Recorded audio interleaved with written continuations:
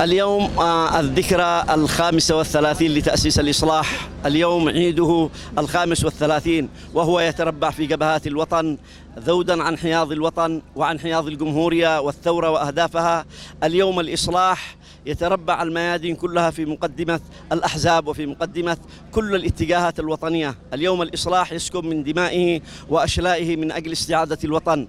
الجبهات الأخرى التي يمكن أن يكون فيها الإصلاح لم يتخلى عنها، وهو في الجبهات يسكب الدماء، لم يتخلى عن الجبهة الاقتصادية، لم يتخلى عن الجبهة التعليمية، والتعليم اليوم يتأزم وهناك من يستهدف التعليم. كان الإصلاح اليوم يبذل كل الجهود من أجل أن يبقى المساران، مسار الجمهورية ومسار التعليم ومسار الحرية والكرامة، متوازيان لا ينفكان.